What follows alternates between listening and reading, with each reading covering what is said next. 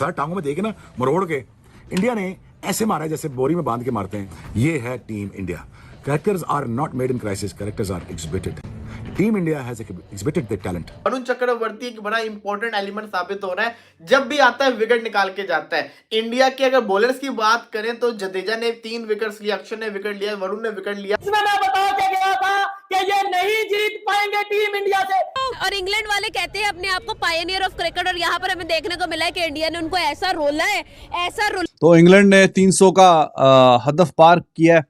हदफ क्या मतलब, target set कर रहे थे 304 पे जाके, और आखिरी बॉल पे 10वां विकेट पे गिर गया। तो आज इनिंग्स में पहली बार एक उनका मुस्तनद बैट्समैन एंड तक खड़ा हुआ था, और कहीं ना कहीं उसने थोड़े से रन्स भी बटोरे। आज जोश बटलर जो है वो बैठ के रो रहे थे। इंग्लैंड वाले इतना बड़ा कैप्टन है, रो रहा था कोने में बैठ के। जो इंग्लैंड के बॉलर थे वो जगह देख रहे थे यार, कहां बॉल करवाएं। यॉर्कर आ रही वहां पे, कहां हाइडर बॉल कराई, वो भी लिविंगस्टन। वरना पूरी सीरीज में यही कहानी चलती रही कि आखिरी के ओवर्स में उनके टेल एंडर ही खेल रहे होते थे, 11 नंबर वाला, 10 वाला, 9 वाला, 8 वाला। तो कोई एक प्रॉपर बैट्समैन एंड तक रुकता नहीं था। चाहे हमने T20 की सीरीज भी देखी और पहला वाला वनडे भी देखा, तो आज कहीं ना कहीं लिविंगस्टन ही वाज देयर। कहाँ जॉस बटलर को कहते हैं, कहाँ राजा भोज, कहाँ गंगू तेली, और वहां पर भी हम लोगों को नजर आ रहा है कि भाई ऐसे 36 के आंकड़े चल रहे हैं, ऐसी जंगें चल रही है वहां पर, मजा बहुत आ रहा है। टॉस जीता, पहले बल्लेबाजी का फैसला किया, नो सरप्राइजेस। दे नो कि उनका एक ही चांस है कि किसी तरह स्कोर करें। छोटी बाउंड्री है 63-64 मीटर की, और बड़ा चांस होता है कि आप बड़ा टोटल पोस्ट करें।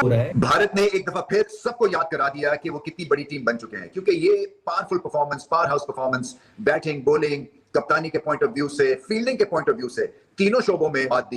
इनका कोई नहीं जीत पाएगा टीम इंडिया से। उनका बाप है, बाप हमेशा अपने बेटे को मौका देता है, लेकिन अगर वो मौके को अवेल ना कर सके तो वो घंटे में बैठा देते हैं। पकड़ के क्या चौके छक्के थे, लोग आसमानों में गेंदें ढूंढ रहे थे। मुझे तो ये नजारा ऐसे लग रहा था जैसे हमने विराट कोहली को T20 में देखा था। ये है टीम इंडिया का कैरेक्टर। मजा ये आया कि दिल गुर्दा दिखाया उन्होंने आज। दिल गुर्दा ये दिखाया कि 3 स्टार प्लेयर नहीं मारे तो क्या फर्क पड़ता, हम है ना। देखिए इंडिया पूरे बदले के मोड में है, इंडिया नहीं बख्श रहा किसी को। देखो चाहे जैसी मर्जी बॉलिंग हुई हो, अगर 50 ओवर्स के अंदर 300 का फिगर क्रॉस हो गया, इसका मतलब है कि आपने एक अच्छा टोटल बोर्ड के ऊपर लगा दिया है। हालांकि देखा जाए तो जितना अच्छा इंग्लैंड को स्टार्ट मिला था, इस दफा अगेन 80 रन की ओपनिंग पार्टनरशिप गई फिलिप सॉल्ट और बेन डकेट की। आउटस्टैंडिंग किस्म की उन्होंने ओपनिंग बल्लेबाजी की, लेकिन द मोमेंट आपका वरुण चक्रवर्ती आया, उसने आते साथ ही फिलिप सॉल्ट को आउट किया। और क्या डिस्प्ले था, देखे रोहित शर्मा ने अपनी नर्व्स को काम रखा। रोहित शर्मा ने बिल्कुल भी कोई मसले मसाइल किए ही नहीं। रोहित शर्मा तगड़ा खड़ा रहा और लाल सुर्ख नजर आए पूरी इंग्लैंड की साइड।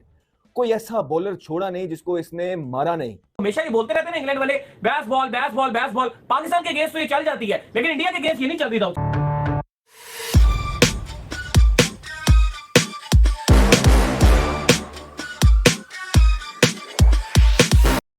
आज कुलदीप ने खेल रहा था, बड़ी शानदार जैसे कहते हैं ना बॉलिंग की है, लेकिन दूसरी तो बैटिंग भी अच्छी हुई है। बेन डकेट के जब आप 2-2 कैचेस छोड़ोगे तो फिर डकेट तो मारेगा ना। आज अगर देखा जाए तो बड़ी शानदार किस्म की फील्डिंग इंडिया की तरफ से देखने को मिली, लेकिन उतने ही ज्यादा इन्होंने कैचेस भी छोड़े हैं। इंडिया ने काफी कैचेस छोड़े हैं। अगर इन्होंने बेन डकेट का कैच, पहला कैच पकड़ा होता तो शायद इतना अच्छा ओपनिंग स्टैंड ना मिलता और इतने ज्यादा रन्स ना होते। फिर दोबारा से श्रेयस अय्यर ने उसका कैच छोड़ा, उसके बाद अभी एंड के ऊपर भी आपने देखा होगा लिविंगस्टन का एक कैच छूटा है, लेकिन वो डजंट मैटर। बट देखा जाए तो ये शुभमन गिल ने जो कैच पकड़ा पिछले मैच के अंदर, एक जायसवाल का कैच, इस मैच के अंदर हैरी ब्रूक का जो शुभमन गिल ने कैच पकड़ा था ना, वो बहुत औसम कैच था, वो बहुत औसम कैच था। लेकिन फिर भी इंडिया ने आज फील्डिंग उस लेवल की नहीं की जो कि इंडिया फील्डिंग करता था। 300 प्लस स्कोर आ गया। लिविंगस्टन ने रन्स तो किए, लेकिन एंड के ऊपर वो रन्स नहीं कर पाए। मैं आपको बता रहा हूं, अभी इंग्लैंड जो होगा ना वो अनहैप्पी होगा। इंग्लैंड ने लास्ट के 10 ओवर के अंदर स्कोर नहीं किया, ये तो आखिरी 4 ओवर के अंदर इन्होंने स्कोर कर दिया। वरना अगर ये आखिरी 10 ओवर की मैं बात बताऊं तो मुझे तो 330-340 होता नजर आ रहा था। तो यहाँ पे देखो, यहाँ पे इंडिया को फायदा है, क्योंकि इंडिया को एक सिचुएशन में ऐसा भी लग रहा था कि जब बटलर और रूट खेल रहे थे, ऐसी फीलिंग आ रही थी कि जो स्कोर है ना ये चला जाएगा 330-340 तक। तो वो जो इंडिया ने 25-30 रन बचाए हैं वो इंडिया को क्रेडिट जाता है, लेकिन इंग्लैंड की बैटिंग बुरी नहीं थी। इंग्लैंड ने अच्छी बैटिंग की है, साफ दिख रहा है। इंग्लैंड ने 300 प्लस बोर्ड पे लगा दिया। जो रूट जो है ना वो वापस से रिदम के अंदर नजर आ रहे हैं। जो रूट ने बड़ी शानदार किस्म की बल्लेबाजी की। बेन डकिट ने 50 मारी, लिविंगस्टन ने रन किए, बटलर ने 30 किया, हैरी ब्रोक ने 30 किया। तो मतलब कि हर बल्लेबाज ने कंट्रीब्यूशन किया, लेकिन एंड के ऊपर आके जिस तरीके का फिनिश होना चाहिए था ना वो फिनिश नहीं हुआ। देखा 248 करके इंडिया ने फ्लरी ऑफ विकेट्स, दोनों ओपनर 19 पे आउट होने के बाद एक अच्छी 90 ऑड रन की पार्टनरशिप के बाद अय्यर की और गिल की एकदम विकेटें गिरना शुरू हो गई।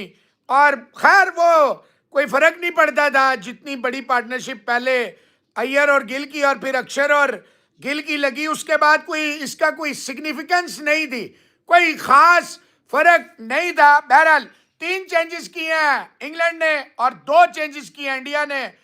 अय्यर बाहर हो जाएगा। ओ भाई, ये डब्बे में से बैठ के खबर नहीं निकालनी होती, ये तुक्का लगा के प्रेडिक्शन नहीं करनी होती, ये 400 रन देख के 99% वन नहीं करना होता। ये क्रिकेट है, इसको जो है ना ये बड़ा मुश्किल। मोहित मियां, मुझे कोई पोक। और हालांकि 300 के पार कोई बहुत ज्यादा रन नहीं है, 4 रन ऊपर है, 304 पे 10वीं विकेट गिर गई है। लेकिन जाहिर है कि अच्छी बैटिंग करनी पड़ेगी। जहां तक पिच की बात है तो बीच में फेजेस में लगा के बहुत अच्छा गेंद बल्ले पे भी नहीं आ रहा और थोड़ा सा डबल फेज पिच दिखी है। और ड्यू का फैक्टर कि अभी जब बारी होगी तो ड्यू आएगी बीच में कि नहीं आएगी, तो आप 20-25 रन ड्यू के भी डाल लेंगे। अगर ड्यू आती है तो फिर उसका फर्क पड़ेगा। तो खैर Jadeja once again amongst the wickets and he was fantastic. पहले मैच में भी बड़ी शानदार बॉलिंग की, विकेटें भी ली और आज भी उसने कमाल किया है। तो जडेजा ने तो मेक श्योर कर दिया कि वो तो अब आपका फर्स्ट चॉइस जो है स्पिन बॉलिंग ऑलराउंडर वो तो होगा ही होगा, बाकी चाहे कोई और हो या ना हो। तो ही वाज अमेजिंग। आज भी उसने कमाल किया है, रन्स भी नहीं दिए, कंजूसी से रन्स दिए और विकेटें भी 3 उसने हासिल की हैं। He was too good. बाकी वरुण चक्रवर्ती को आज चांस मिला है, चलो ठीक है, रन्स दिए हैं उसने भी 54, एक खिलाड़ी आउट किया है और करते कराते कुछ टेस्टिंग हो रही है क्योंकि चैंपियंस ट्रॉफी से पहले अपना वो जो कॉम्बिनेशन है कि हाँ जी ये वाला, तो वो उस चक्कर में कि हाँ जी इसको चांस दें, इसको चांस दें, अच्छी बात है, कहीं ना कहीं मौका मिल रहा है। आप लोग खैरियत से होगे, ठीक ठाक होगे, खुशबाश होगे, अपना ख्याल रख रहे होगे। आगे बढ़ने से पहले सबसे पहले करो वीडियो को लाइक, चैनल को करो सब्सक्राइब। तो आप लोग के सामने हाजिर है। सो कहानी यहां तक पहुंची कि इंडिया को एक चैलेंज मिला है 305 रन की चेस का।